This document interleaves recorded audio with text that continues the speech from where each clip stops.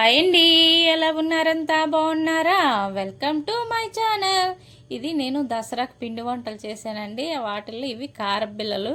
Andhra side అయితే కారబిల్లలు అంటారు, ఇక్కడైతే తెలంగాణలోనైతే చెక్కలు అంటారు. చాలా బాగుంటాయండి. ఇప్పుడు ఇవి తయారు చేసుకునే విధానం, ఇందులో ఏమేమి వేస్తామని ఇవన్నీ చూపిస్తారండి.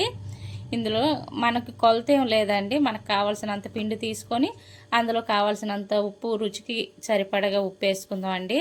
అలాగే కొంచెం వంట సోడా కూడా వేసుకుందాం. ఇందులోనే పచ్చిమిరపకాయలు, అల్లం రెండు మిక్సీ పట్టిన పేస్ట్ తీసుకుందాం అండి. అదే బాగుంటుంది. కారం కూడా వేసుకోవచ్చు. అందరూ పల్లీలు వేపి దంచి కచ్చాబచ్చా దంచి వేసుకుంటారు. అలాగే శనగపప్పు ఉంటుంది కదా, అది కూడా నానబెట్టేసుకుంటారు. నేనైతే సగ్గుబియ్యంను పెసరపప్పు నానబెట్టి వేసుకున్నాను. ఇందులోనే మళ్ళీ మనం కాచి వేడి నూనె కూడా వేసుకొని ఇవన్నీ కలిపేసుకుందాం అండి. మొత్తం చాలా బాగుంటాయండి. సగ్గుబియ్యం పెసరపప్పు ఎవరు ట్రై చేయకపోతే చెయ్యండి, చాలా బాగా వచ్చాయి ఇవైతే. ఇలాగ శుభ్రంగా ఇవన్నీ కలిసిపోయేటట్టు ఇలాగ బాగా కలిపేసుకుందాం. కలిపేసుకున్న తర్వాత కొంచెం కరివేపాకు కూడా వేసుకుందాం అండి. ఫ్రెష్గా కరివేపాకు ఉంటే బాగుంటుంది వేసుకోవడానికి. మరి కొంచెం నూనె కూడా వేసుకున్నాను, బాగుంటుంది. ఎంత ఎక్కువ నూనె, కాచిన నూనె వేసుకుంటే అంత గుల్లగుల్లగా వస్తాయి అన్నమాట.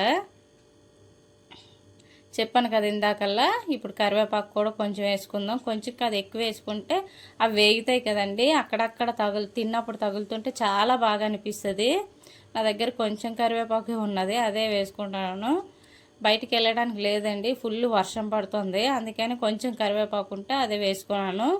దీన్ని కూడా కలుపుకొని ఉప్పు చూసుకుందాం అండి. ఇప్పుడే కలిపినప్పుడే కొంచెం ఉప్పు చూసుకుంటే సరిపోకపోయింది అనుకోండి, ఇప్పుడు వేసి మళ్ళీ కలిపేసుకుంటే సరిపోద్ది. మళ్ళీ మనం ముద్ద కలుపుకున్నప్పుడు ఉప్పు చూసుకొని కలపాలంటే చాలా కష్టమవుతుంది. అందుకని ఇప్పుడు ఇలా కలిపినప్పుడు ఉప్పు చూసుకోండి. ఇలాగా సరిపోలేదు నాకు, నేను మరి కొంచెం ఉప్పు వేసుకుంటున్నాను. చాలా ఈజీ అండి ఇవి చేసుకోవడం, చాలా బాగుంటాయి.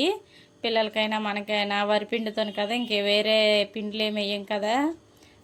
కొంచెం ఆరోగ్యానికి ఆరోగ్యం, టేస్ట్కి టేస్ట్ చాలా బాగుంటుంది. ఇందులో మళ్ళీ మనం సగ్గుబియ్యం పెసరపప్పు వేసాం కదా, ఇవి కూడా సలవ చేస్తాయి. నేను ఒక గుప్పిడంత జీలకర్ర కూడా వేసుకున్నాను. జీలకర్ర కూడా బాగుంటుందండి. వామ్ వేసుకుంటారు కానీ నేను జీలకర్ర వేసాను. నేను వేడి చేసిన నీళ్ళేం వేయలేదండి. ఇందాకల్లా నేను పెసరపప్పు సగ్గుబియ్యం నానబెట్టుకున్నాను కదా, అవే నీళ్ళతో కలిపేసుకున్నాను. ఇలాగా మనం జంతికలు కలుపుకుంటాం కదా, అలాగే కలుపుకొని సగం ఒక గిన్నెలోకి తీసుకొని మిగతాది మనం మూత పెట్టుకొని పక్కన పెట్టేసుకోవాలండి. మొత్తం అంటే ఆరిపోతుంది, గాలికి బాగోదు. ఇలాగా ఒక పాలిథిన్ కవర్ తీసుకొని చిన్న చిన్న ముద్దలు చేసుకొని ఏదైనా గిన్నెతో దేనితోనైనా నొక్కేసి చేసేసుకోవడమే. కానీ అలాగైతే చాలా టైం పడుతుంది. నేను ట్రై చేశాను, నాకు తర్వాత ఇంకొక ఐడియా వచ్చింది, చూపిస్తాను చూడండి లాస్ట్ వరకును. మన వీడియో కానీ మీకు నచ్చినట్లయితే ఒక లైక్, షేర్, సబ్స్క్రైబ్ చేసుకోండి ప్లీజ్. ఎలా ఉన్నాయో కామెంట్ కూడా చేయండి. ఇలాగా ఒక్కొక్కటి చేసుకోవడం చాలా కష్టమవుతుంది. అయినా మనం చేతులతో చేసుకుంటే ఒకటి పెద్దది ఒకటి చిన్నది చాలా పెద్దవి వచ్చేసినాయి అప్పడాలంతా. అలా కాదనేసి చిన్న స్పూన్ తీసుకున్నాను. మనం కారపొడిలోనే ఎందులోనే వేసుకుంటాం కదా, చూసారా ఎంత పెద్ద పెద్దగా వచ్చేసినాయో. కళాయి కూడా పట్టట్లేదు.